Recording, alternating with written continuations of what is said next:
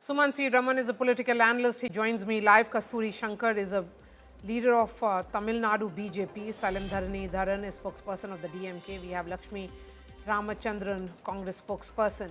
Kasturi Shankar, Article 176 of the Constitution says that the governor is to deliver a special address at the start of the first legislative session each year, and that he will be reading a speech which is prepared by the elected state government. The Council of Ministers, led by the Chief Minister, draft the governor's address, which details the government's plans and achievements.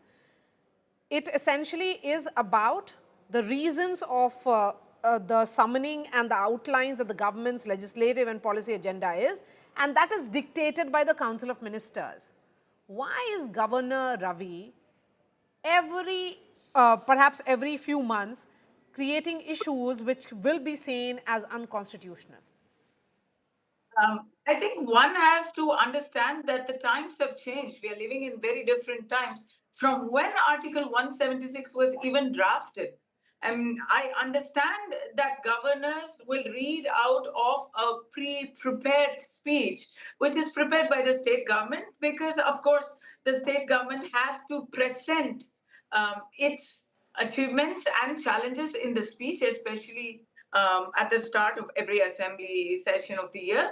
But that doesn't mean that you make a mockery of the democratic system. What is more unconstitutional, Maria?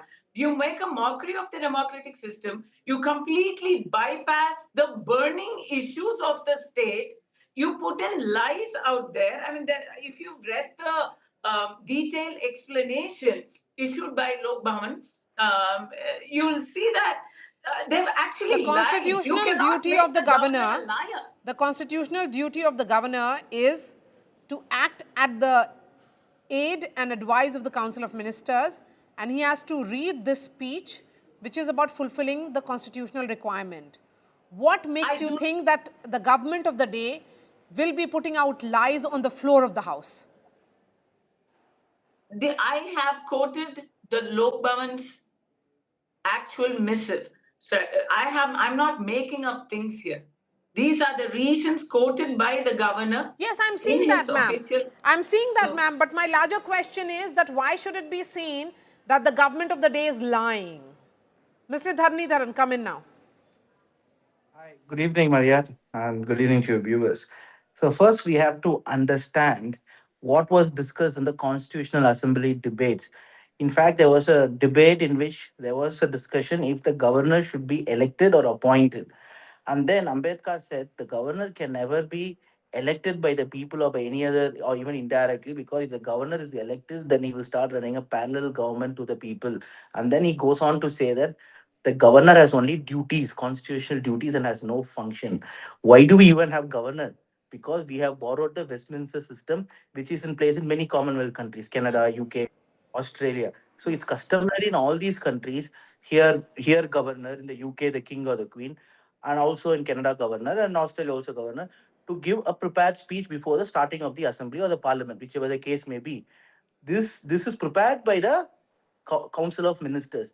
But what gives the Council of Ministers a legitimacy is that the Council of Ministers are appointed by the Chief Minister, who is therein elected by the MLAs chosen by the people. Therefore, the Council of Ministers has legitimacy from the people.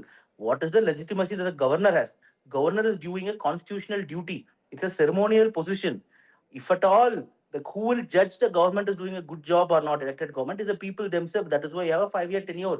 If at all the governor has to intervene with the governance of an elected government, then we know we don't need to have election itself.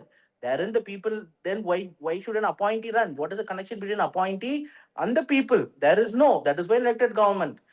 So opposition is there to keep checks and balance. So a governor cannot act as an opposition leader or an opposition politician, which is why I keep saying this governor RN Ravi acts as a BJP and RSS spokesperson.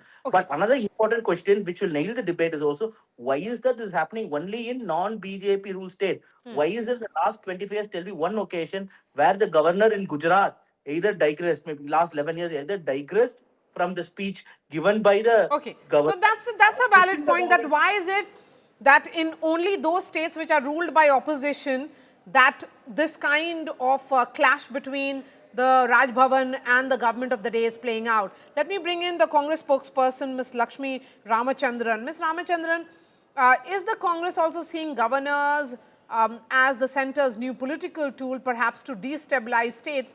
And is uh, are you looking at something which will be seen as the opposition party collectively demanding a review of the governor's role? But I must remind you, ma'am, that when the Congress was in power, we have seen similar misuse of Raj Bhavans whenever it was an opposition ruled state.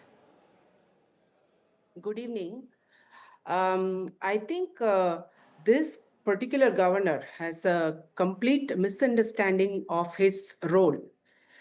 He thinks of himself as the leader of opposition. He thinks of himself as, a member of the ADMK or the BJP, which is, the parties that are occupying the opposition benches in Tamil Nadu.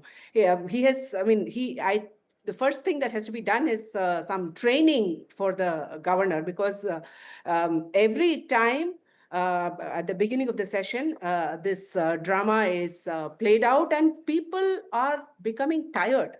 Earlier, when the first time he did it, the people were outraged. I mean, I'm not talking about, people like us in political parties. I'm talking about the common public. People were outraged. Now they're so used to his drama that they're not even they're tired of it. That's what they expect from him. They don't Kasturi give. Shankar, I'm going to come to you, but let me bring in Sumansi Raman. Sumansi Raman, both these states where this is playing out are poll-bound states. And this is like a recurring governor versus chief minister conflict. Do you see this as a constitutional crisis or perhaps a manufactured political strategy? Maria, as far as this, speech in the assembly is concerned, I think there have been proposals multiple times over the last 30 years to get rid of it through a constitutional amendment. The last that I recall was when former President R. Venkatraman was the president. He actually created a proposal for this and took it to former Prime Minister Rajiv Gandhi and subsequently to former Prime Minister Mr. Chandrasekhar. Nothing came out of it. But let us face it, this was deemed to be a hangover from the British days, and this address to the assembly was sought to be done away with. It should have been done away with, and the fact that it has not been is sad. The point here is the Tamil Nadu governor is not reading out his speech. He is reading out the speech of the state government duly elected by the people of the state. Let's assume that a lot of it is factually incorrect. As long as there is nothing unconstitutional in the speech, it is the duty of the governor to read out the speech. He can always write these points to the government and say, look, you made me read out a whole lot of stuff which is not true. A separate letter could be sent to the state government. That letter could even be released to the media. The governor is well within his rights to do that. Because let's face it, some of the stuff which the governor pointed out is factual.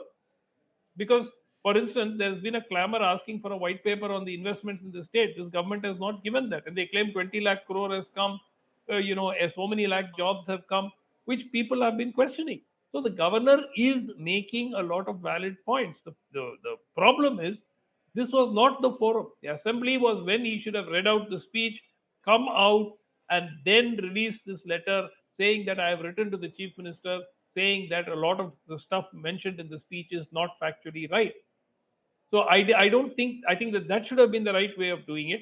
But let me point out one more thing, Maria. This government wanted this governor to be sacked, not now, more than 1.5 years ago. Yes. And in the last 1 year, they have not spoken once about wanting him sacked. Okay. So something is going on. There is, Okay, so there are. Mr. Dharnidharan Yeah. can perhaps tell us what is really going on here. The DMK stand on the governor has always been consistent. Earlier, Anna said this line, ஆட்டுக்கு எதற்கு தாடி நாட்டுக்கு ஏன் ஆளுநர், which means why should a goat have a beard, why should the country have a governor?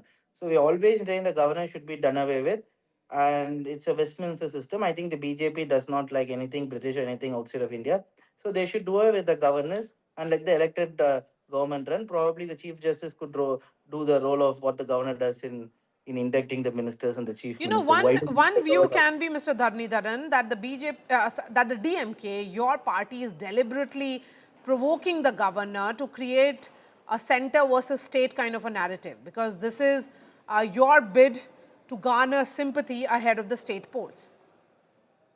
How? How are we provoking the governor? We are following the constitutional norm.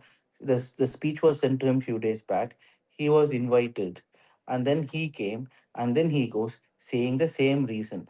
This time, the reason was that the national anthem was not played. National anthem would be played. It was played, but first Tamil Taivaltu proceeding the national anthem. This was the case even during the ADMK rule in Tamil Nadu, which ADMK was in alliance with the BJP. So why then the governors didn't have a problem then, and why is this governor having a problem? Even this governor in 2022 did not have a problem with this. In 23 did not have a problem. 24 he miraculously found out. In 22, what controversy he did? He omitted few parts. In 24 he digressed.